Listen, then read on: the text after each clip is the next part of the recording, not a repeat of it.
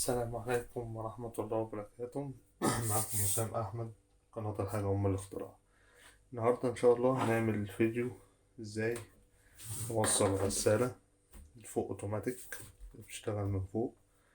أول حاجة عندنا وصلتين بيبقوا في ظهر الغسالة من ورا، واحدة سخن وواحدة بارد. تعرفهم منين؟ بص ورا كده هتلاقي السخن في الوصلة اللي هي الحمرا دي. البارد بيبقى فيه وصلة لونها أزرق، نفس السكة الحمرا دي بيبقى لونها أزرق، دي البارد، سخن وبارد.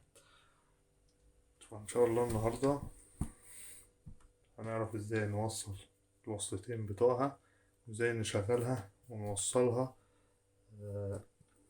في وصلة المية، وازاي نركب المحبس بتاع الغسالة. كل ده هنشوفه في فيديو النهاردة إن شاء الله. تعالوا بينا نشوف هنوصل ازاي ونشغل الغسالة ازاي. مبدئيا كده الوصلة هنا في البداية بيبقى راكب فيها طبة بلاستيك، دي لازم تتفك. فكها بمفتاح فرنساوي عادي جدا.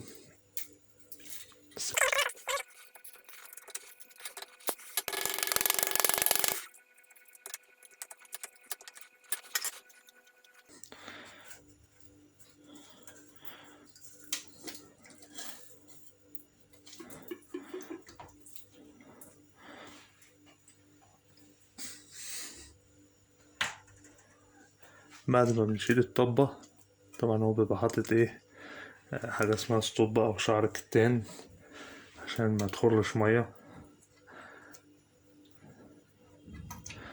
تمام، دي بتبقى عندنا الوصلة بتاعت المية كده جاهزة. ده المحبس بتاع الغسالة. ده بتجيبه من عند السباك وتقول له عايز محبس غسالة، طبعا من غير الوصلة دي. ده كان راكب عندي قبل كده فأنا هستغله مش هرميه يعني، قررت إن أنا أستغله يعني. دي وصلة بتتباع برضه لوحدها، اسمها واحد في واحد أو نص في نص. بتتجاب بتطول بيها بس المسافة بتاعة المحبس. طبعا لازم ايه، لازم نلف عليها من البقرة ديت عشان خاطر المية. ده اسمه تeflon دوت. وش بيجي من عند برضو السباك. المفروض ان ده بيركب هنا، تركب الوصلة دي الأول، الوصلة الصغيرة دي جوه هنا. بعد ما بتركبها من غير المحبس تركب الايه، الوش، وتحط عليه المحبس.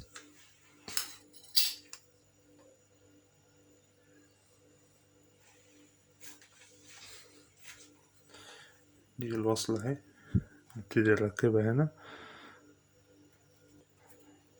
أهم حاجة ننضف السن كويس علشان معرفناش في تركيب الوصلة.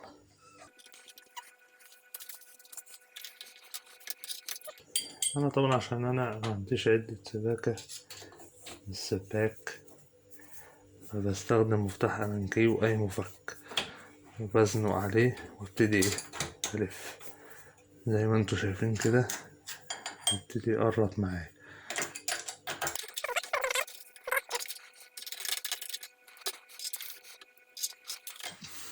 مش لازم نربط قوي، ان كده كده المحبس لما يجي يركب هيقفل معانا. تمام،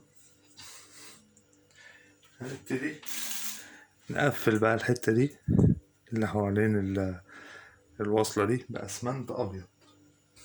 خلي بالكوا كويس جدا، لازم يكون أسمنت أبيض.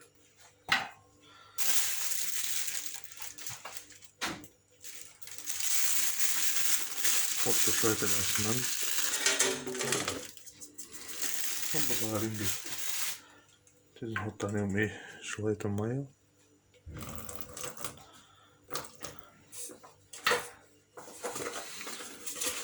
أهم حاجة العجينة متبقاش معانا طرية خالص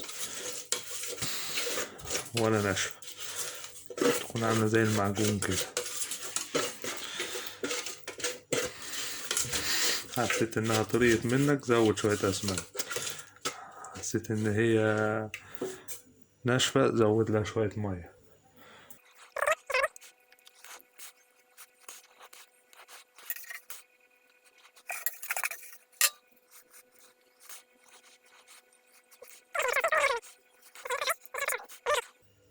عشان ما تسدش معاك الفتحة.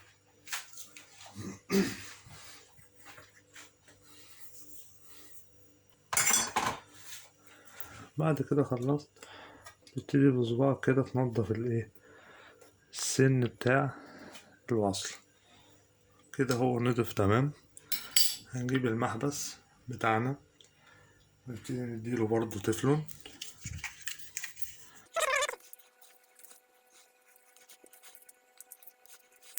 ما نكترش التفلون زيادة عن اللزوم وما نقللش فيه. طبعا هنركب الأول الوش دوت،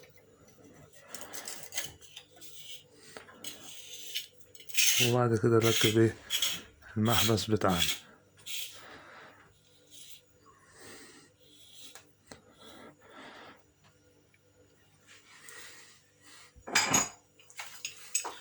تبتدي بالمفتاح الإنجليزي تلف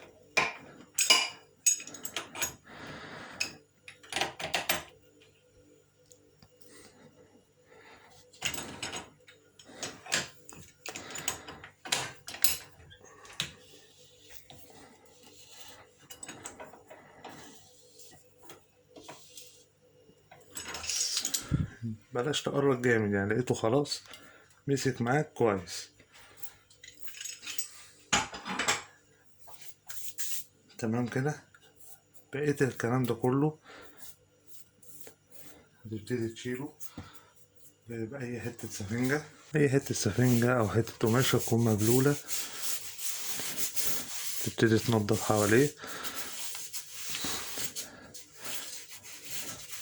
حتى لو عمل معاك رواسب بيضة، الرواسب دي لما بتنشف بسلكة مواعين ناشفة بتطلع على طول.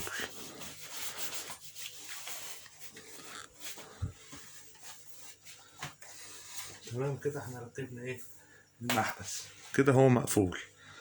هنيجي للمرحلة التانية، مرحلة الخرطوم. ده الخرطوم بتاع الغسالة. هو بيجي على طول جاهز، بيجي بناحيتين طرازين كده نفس مقاس المحبس. ده مش بتاعها الأصلي، ده أنا جايبه عشان ده طوله 3 متر. بتاعها بيجي تقريبا طوله متر. الجزء اللي فيه الكوع ده بيركب في الغسالة اللي فيه الكوع ده، أما الجزء العدل ده بيركب في المحبس. تمام. فده هيتركب ازاي؟ هنركب الجزء ده الأول في المحبس.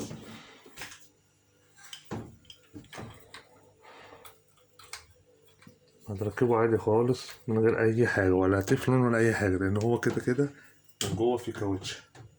الكاوتشة دي بتقفل معاك الدنيا خالص. مش عليه ولا أي حاجة، يعني إذا كنت مثلا خايف أو حاجة ممكن بسن بتاع كده بس ضربتين خفاف كده وشكرا. بالنسبة بقى لهنا في الغسالة بنركب دي، نثبت الكوع ونبتدي نركب اهو. هتيجي في حتة معينة وهتقف، هبتدي اعمل برجع الكوع واروح شده تاني.